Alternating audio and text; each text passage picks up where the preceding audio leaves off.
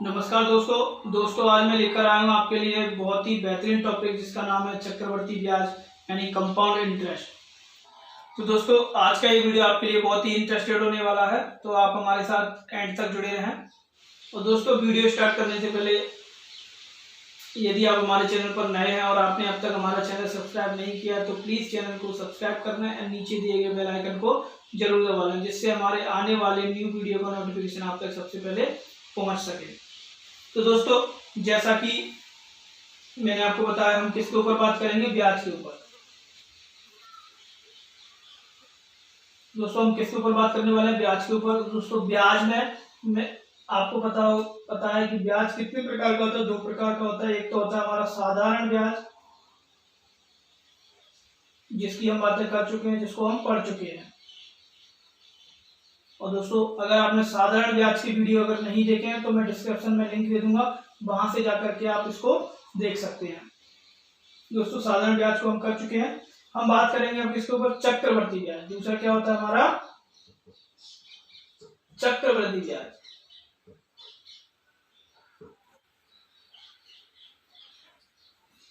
ठीक है दोस्तों, साधारण ब्याज को हम क्या बोलते हैं? Simple interest.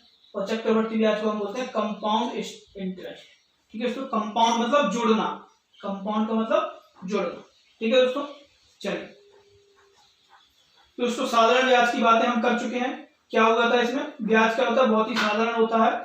ठीक है, और ये क्या है? हमेशा प्रिंसिपल के ऊपर ही लगेगा। किस पर लगेगा? ये हमेशा मूलधन के ऊपर लगेगा, प्रिंसिपल के ऊपर लगेगा। और चक्रवर्ती ब्याज में क्या है हमारा? ये ब्याज पर ब्याज जुड़ता जाता है। ठीक है, इसमें क्या है? प्रिंसिपल पर तो लगेगा ही लगेगा, लेकिन जो ब्याज है ब्याज पर भी ब्याज लगेगा। ठीक है, जैसे कि इसमें मान लीजिए साधारण ब्याज में क्या है? 1000 रुपए पर 10% की दर से एक वर्ष का ब्याज कितना होगा दोस्तों? 100 रुपए। दूसरे वर्ष का निकालेंगे कितना होगा? 10% की दर से कितना? 100 रुपए। क्लियर? तो ऐसे करके हम देखते हैं कि 2 वर्ष में टोटल ब्याज कितना होगा? 200 रुपए। क्लियर? अब चक्रवर्ती ब्याज में ये कहानी क्या हो जाएगी? मान लीजिए 100 रुपए है, सॉरी 1000 रुपए, 1000 रुपए पर 10% की दर से एक वर्ष का ब्याज कितना होगा? 100 रुपए होगा। ठीक है, अब क्या है? दूसरे वर्ष का जैसे निकालेंगे तो दूसरे वर्ष में एक चक्र है, मान लीजिए ये है, यहाँ ये आपका प्रिंसिपल है। ठीक है, 1000 रुपए, 1000 रुपए पर एक वर्ष कंप्लीट किया आपने। ठीक है, कितना आया? 100 रुपए ब्याज आया। ये 100 रुपए अब क्या हो जाएगा? आपके मूलधन में ऐड हो जाएगा। क्या हो जाएगा? ये 1000 रुपए में ये जुड़ जाएगा। ठीक है, कितना हो जाएगा? 1100 रुपए। कितना? 1100 रुपए। अब जो ब्याज लगेगा दूसरे वर्ष में वो किस पर लगेगा? 1100 रुपए पर लगेगा। कितना? 10% की दर से, प्रतिशत हटा है 100। कितना आ जाएगा दोस्तों? 110 रुपए। कितना आएगा? 110 रुपए।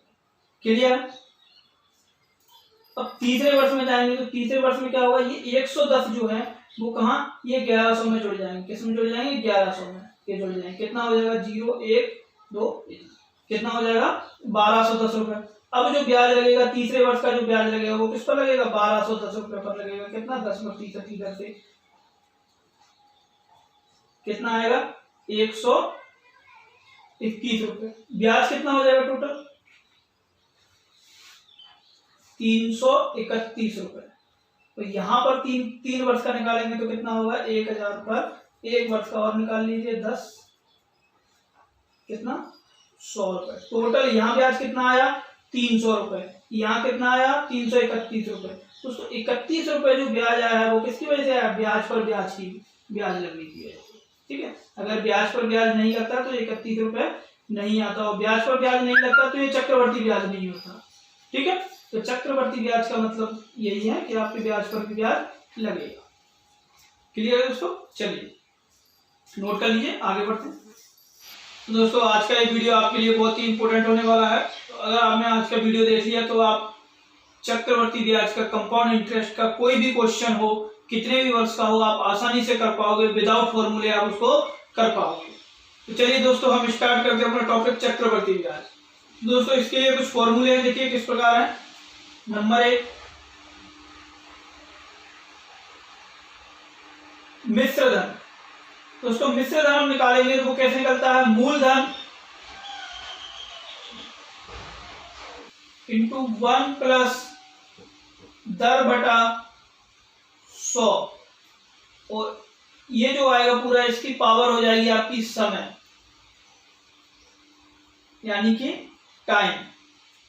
क्लियर दोस्तों। इसी को मैं इंग्लिश में लिखूंगा दोस्तों। मिश्र धन को हम बोलते हैं अमाउंट, यानी ए से लिखेंगे। मूलधन को हम बोलते हैं प्रिंसिपल, यानी पी से लिखेंगे। और दर को हम बोलते हैं रेट, यानी इसको हम लिखेंगे आर से।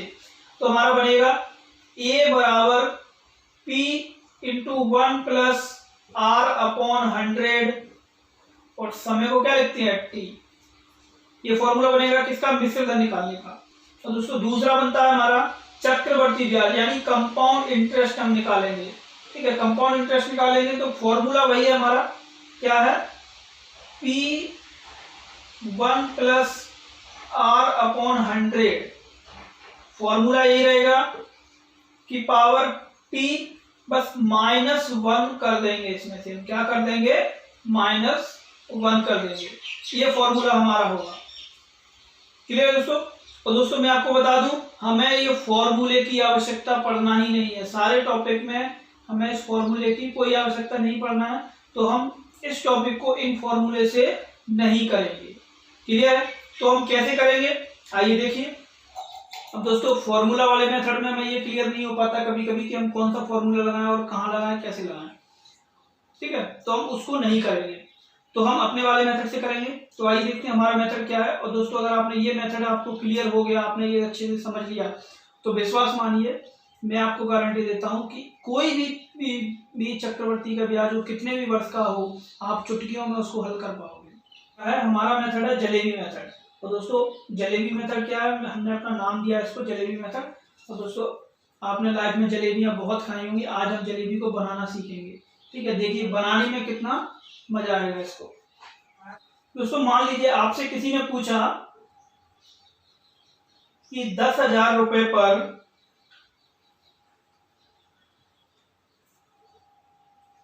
10% की दर से 2 वर्ष का चक्रवर्ती ब्याज क्या होगा, CI क्या होगा। ठीक है, ये आपसे पूछ लिया।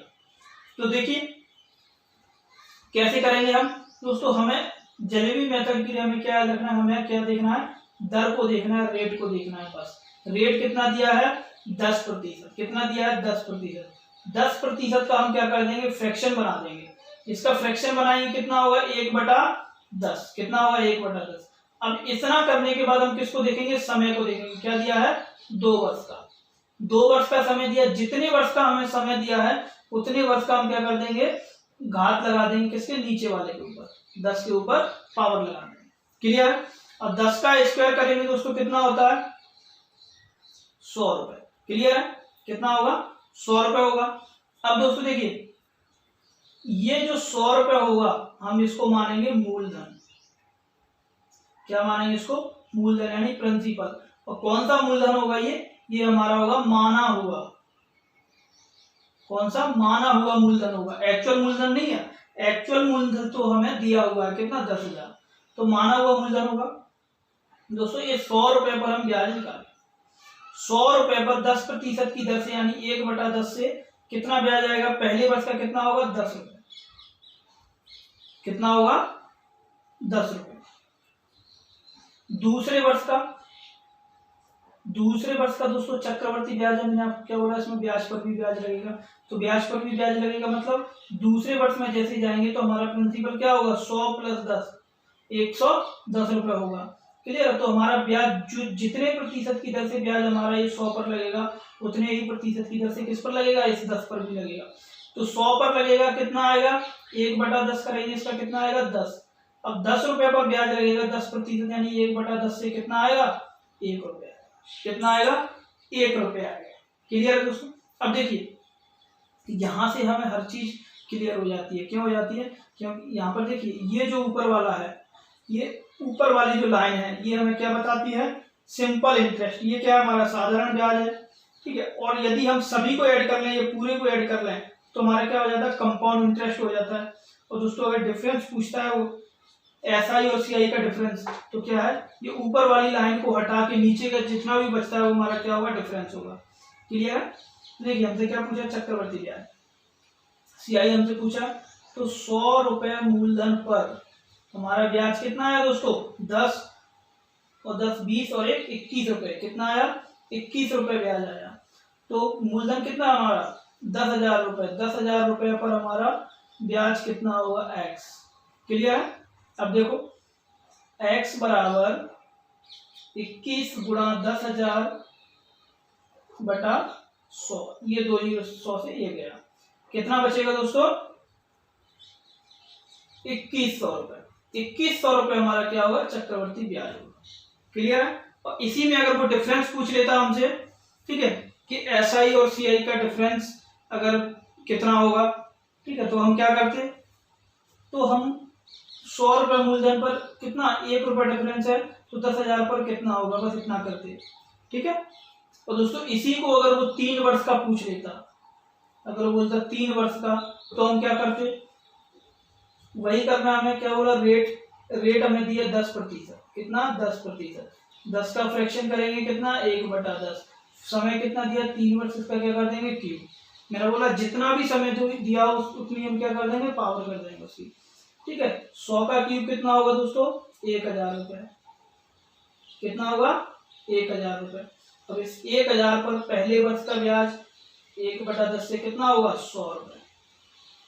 फिर दूसरे वर्ष में 1/10 करेंगे कितना, 100 रुपए।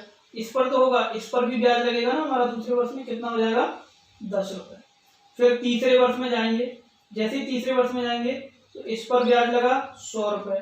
और दोस्तों ये अब तक जितना भी ब्याज आया है उस पर भी हमारा ब्याज लगेगा, कितना आया है, 210 रुपए भी हमारा ब्याज लगेगा, कितने, 10% की दर से। तो 100 पर लगा 10% की दर से कितना आएगा, 10 रुपए। ये 100 पर लगेगा कितना आएगा, 10 रुपए। ये 10 पर लगेगा कितना आएगा, 1 रुपए। इस तरीके से हम इसको करेंगे। समझ आ रही है बातें दोस्तों। और दोस्तों अगर 4 वर्ष का पूछता तो इसी को हम आगे और बढ़ा देते। ठीक है, क्या करते, लेकिन दोस्तों याद रखिएगा कि हम इसका यहाँ पर क्या करते, पावर 4 करते। ठीक है, अगर 4 वर्ष का पूछता तो हम क्या करते, पावर 4 कर देते। फिर क्या होता, ये प्रिंसिपल पर लगता यहाँ 100 रुपए।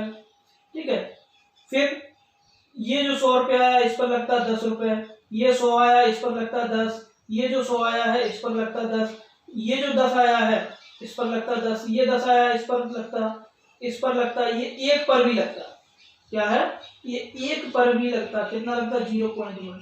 इस तरीके से 4 वर्ष का हो जाता। और दोस्तों 5 वर्ष का पूछता तो और लग जाता है ऐसे ही। ठीक है, तो इसी प्रकार से हम क्वेश्चन को करेंगे जलेबी बना करके। दोस्तों इसको करने से हमारा क्या होगा, फायदा ये होगा कि कोई भी क्वेश्चन कर ले यहाँ से, वो चाहे वो डिफरेंस पूछ ले हमसे, चाहे वो SI एंड CI का डिफरेंस पूछ ले, चाहे वो first year and second year का second year and third year का डिफरेंस पूछ ले। ठीक है, तो कुछ भी हमसे पूछता है वो हम यहाँ से निकाल सकते हैं। क्लियर दोस्तों। चलिए तो हम एक क्वेश्चन लेते हैं। मान लीजिए कि आपको उसने ये क्वेश्चन दे दिया, यदि किसी धन के 5% वार्षिक से 3 वर्ष के चक्रवर्ती ब्याज और साधारण ब्याज में 11.40 रुपए का अंतर है, तो मूलधन पूछा आपसे कि उसका मूलधन क्या होगा। ठीक है, क्या दिया हमें, 5% हमें रेट दिया है। ठीक है, समय दिया है हमें 3 वर्ष का, और हमें दिया उसने SI और CI का डिफरेंस, क्या दिया है, SI एंड CI का डिफरेंस हमें दिया है। कितना डिफरेंस दिया उसने, दिया हमें 11.40 रुपए, ये हमें दिया है। क्लियर। तब हम क्या करेंगे, मूलधन हमसे पूछा है, प्रिंसिपल मेरे से क्या पूछा है उसने, प्रिंसिपल हमसे पूछा है। ठीक है, तो मैंने बोला कि आपको रेट को देखना है। रेट क्या दिया है, 5%। ठीक है, कितना दिया, 5%। 5% का फ्रैक्शन करेंगे कितना आ जाएगा, 1/20, कितना आएगा, 1/20। अब इतना करने के बाद आपको क्या देखना है, समय देखना है, कितना दिया, 3 वर्ष। 3 वर्ष दिया है तो इसका पावर कर देंगे 3। अब इसका क्यूब करेंगे, 20 का क्यूब करेंगे, कितना आएगा दोस्तों, 8000 रुपए, 8000। ठीक है, इसको हम मानेंगे क्या होगा, इसको मानेंगे मूलधन। मान लीजिए हमारा प्रिंसिपल कितना है, 8,000 रुपए है। अब 8,000 का एक वर्ष का हम ब्याज निकालेंगे, कितना, 1/20 करेंगे, ठीक है, कितना आएगा, 400। क्लियर दोस्तों। अब जैसे ही हम दूसरे वर्ष में एंटर करेंगे तो दूसरे वर्ष में ब्याज किस पर लगेगा, प्रिंसिपल पर लगेगा, 1/20, कितना हो जाएगा, 400 रुपए। और दोस्तों पहले वर्ष का जो ब्याज आया है उस पर भी हमारा क्या लगेगा, ब्याज लगेगा, कितना लगेगा, 1/20 से 400 का 1/20 करेंगे, कितना होगा, 20 रुपए। क्लियर। ये कहानी खत्म हुई दूसरे वर्ष की। अब उसने आपसे बोल दिया कि तीसरे वर्ष में क्या होगा, हमारा प्रिंसिपल के ऊपर तो ब्याज लगेगा ही लगेगा, कितना आएगा, 400 रुपए। क्लियर। अब पहले वर्ष का जो ब्याज आया था उसके ऊपर भी ब्याज लगेगा। पहले वर्ष का कितना आया था, 400 पर ब्याज लगेगा 1/20 की दर से, यानी 5% की दर से, कितना, 20 रुपए। ये 400 पर लगेगा, कितना, 20 रुपए। क्लियर। अब ये जो 20 आया है इस पर भी ब्याज लगेगा, कितना, 1 रुपए, कितना आएगा, 1 रुपए। क्लियर है। मैंने आपको बोला था कि ये ऊपर वाली जो लाइन होती है इसमें तो हमारा क्या होगा, शुद्ध क्या होगा, साधारण ब्याज होगा। क्या होगा, ऐसा ही होगा, साधारण ब्याज। ठीक है। और नीचे वाला ये जो बच गया, ये जो जितना भी ये बच गया वो क्या होगा, हमारा SI एंड CI का क्या होगा, अंतर होगा। क्या होगा, अंतर। अब देखिए कितना है, 20, 40, 60 और 61, कितना है, 61 रुपए है। क्लियर है। तब मैं बोल सकता हूं कि 8,000 रुपए मूलधन होने पर, ठीक है, SI और CI का डिफरेंस कितना है, 61 रुपए है। कितना, 61 रुपए। तो हमें कितना डिफरेंस दिया है, तो 11.40 रुपए पर डिफरेंस कितना होगा, मैंने मान लिया x, इसका करेंगे क्रॉस मल्टीप्लाई, क्या होगा, x बराबर 8,000 गुणा 11.40 बटा 61, यहाँ से दशमलव हटेगा, 2 जीरो बढ़ेंगे। क्लियर दोस्तों। तो हमारा आ जाएगा ये 1495.08, 1495.08, ये क्या होगा, हमारा मूलधन। ये क्या होगा, मूलधन। That is the answer. चलिए दोस्तों देखिए, ऐसा ही एक और क्वेश्चन लेते हैं हम। क्या दिया है, किसी धन पर साधारण ब्याज तथा चक्रवर्ती ब्याज का अंतर 8 रुपए है। यदि समय 2 वर्ष तथा ब्याज की दर 4 वर्ष हो तब धन कितना होगा। सेम क्वेश्चन हम क्या करेंगे, देखिए हमें क्या दिया, दर दिया है, क्या दिया, दर हमें दी है, कितनी है, 4%। और 4% का फ्रैक्शन करेंगे, क्या होता है, 1/25। समय कितना दिया है हमें, 2 वर्ष, 2 वर्ष दिया है, 25 का स्क्वायर कर देंगे, कितना होगा, 625।